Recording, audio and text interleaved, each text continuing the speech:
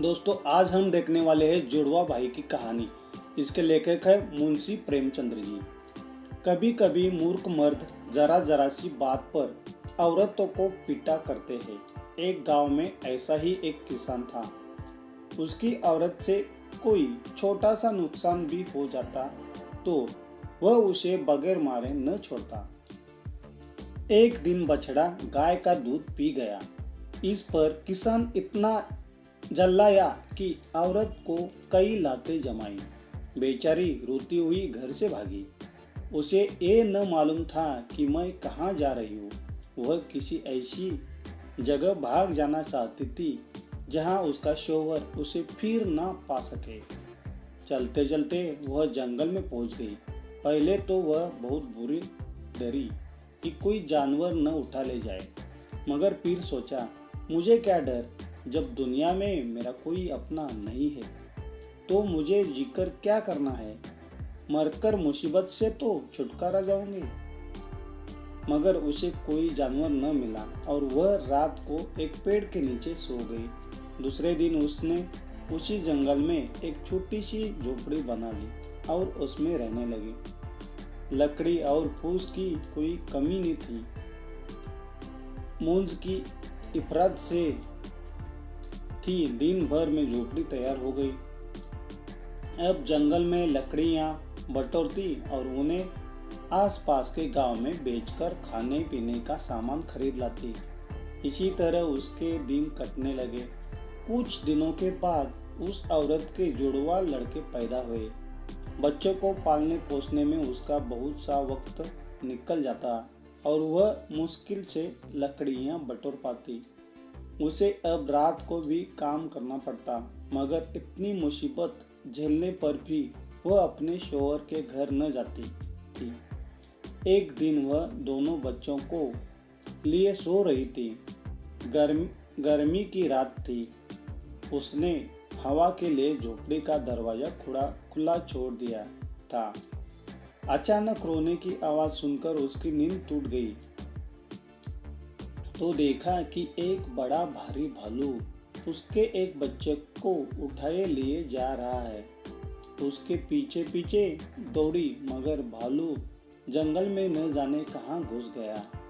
बेचारी छाती पीट पीट कर रोने लगी। थोड़ी देर में उसे दूसरे लड़के की याद आई। भागती हुई झोपड़ी में आई, मगर देखा कि दूसरे लड़के का भी पता नहीं। फिर छाती पीटने लगी। जिंदगी का यही एक सहारा था, वह भी जाता रहा। वह दुख की मारी दूसरे ही दिन मर गई। भालू उस बच्चे को ले जाकर अपनी माद में घुस गया और उसे बच्चों के पास छोड़ दिया। बच्चे को हंसते देखकर भालू के बच्चे को न मालूम कैसे उस पर तरस आ गया। पशु भी कभी कभी बालकों पर दया करते हैं। ये लड़का भालू के बच्चों के साथ रहने लगा। उन्हीं के साथ खेलता, उन्हीं के साथ खाता और उन्हीं के साथ रहता। धीरे धीरे वह उन्हीं की तरह चलने फिरने लगा। उसकी सारी आदतें जानवरों की सी हो गई। वह सूरत से आदमी मगर आदतों से भालू था और उन्हीं की बोली बोलता था। अब दूसरे लड़के का हाल सुनो। जब उसकी माँ उसके भाई की खोज में चली गई थी तो झोपड़े में एक नई बात हो गई। एक राजा शिकार खेलने के लिए जंगल में आया था और अपने साथियों से अलग होकर भूखा प्यासा इधर उधर भटक रहा था। अचानक यह झोपड़ी देखी तो दरवाजे पर आकर पुकारने लगा कि जो कोई अंदर हो, मुझे थोड़ा सा पानी पिला दो, मैं बहुत प्यासा हूँ। मगर जब बच्चे के रोने के सिवा उसे कोई जवाब न मिला तो वह झोपड़ी में घुस आया। देखा कि एक बच्चा पड़ा रो रहा है और यहाँ कोई नहीं है। वह बाहर निकलकर चिल्लाने लगा कि यहाँ कौन रहता है, जल्दी आओ, तुम्हारा बच्चा अकेला रो रहा है।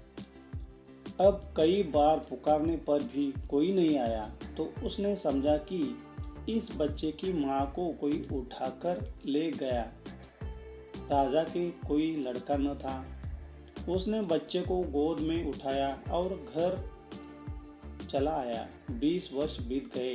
किसान का अनाथ बच्चा राजा हो गया। वो बड़ा विद्वान और चतुर निकला। बहादुर भी ऐसा था कि इतनी ही उम्र में उसने अपने बहुत से दुश्मनों को हरा दिया। एक दिन नए राजा साहब शिकार खेलने गए, मगर कुछ हाथ न लगा। निराश होकर घर की ओर लौटे आ रहे थे कि इतने में उन्होंने देखा कि एक अद्भुत जानवर एक बड़े हिरन को कंधे पर लादे भागा जा रहा है। उसकी शक्ल बिल्कुल आदमी की सी थी। चीर, दाढ़ी, मूंछ के बाल इतने बढ़ गए थे कि उसका मुंह करीब करीब बालों से ढक गया था। उसे देखकर राजा ने फौरन घोड़ा रोका और उसे जिंदा पकड़ने की कोशिश करने लगे। वह जानवर हिरन को जमीन पर रखकर राजा की ओर दौड़ा। राजा साहब शिकार खेलने में चतुर थे। उन्होंने तलवार निकाली और दोनों में लड़ाई होने लगी। आखिर वह जानवर जख्मी हो गया। राजा साहब ने उसे अपने घोड़े पर लाद लिया और अपने घर लाए। कुछ दिनों तक तो वह पिंजरे में बंद रखा गया, फिर कभी कभी बाहर निकाला जाने लगा। धीरे धीरे उसकी आदतें बदलने लगी। वह आदमियों की तरह चलने लगा और आदमियों की तरह बोलने भी लगा। उसके बाल काट दिए गए और कपड़े पहना दिए गए। देखने वालों को अचंभा होता था कि इस जंगली आदमी की सूरत राजा साहब से इतनी मिलती है, मगर एक किसे मालूम था कि वह राजा साहब का जुड़वा भाई है जिसे भालू उठा ले गया था। दोस्तों, अगर ये कहानी आपको अच्छी लगी तो हमारे चैनल को लाइक करें, शेयर करें, सब्सक्राइब करें। Thank you.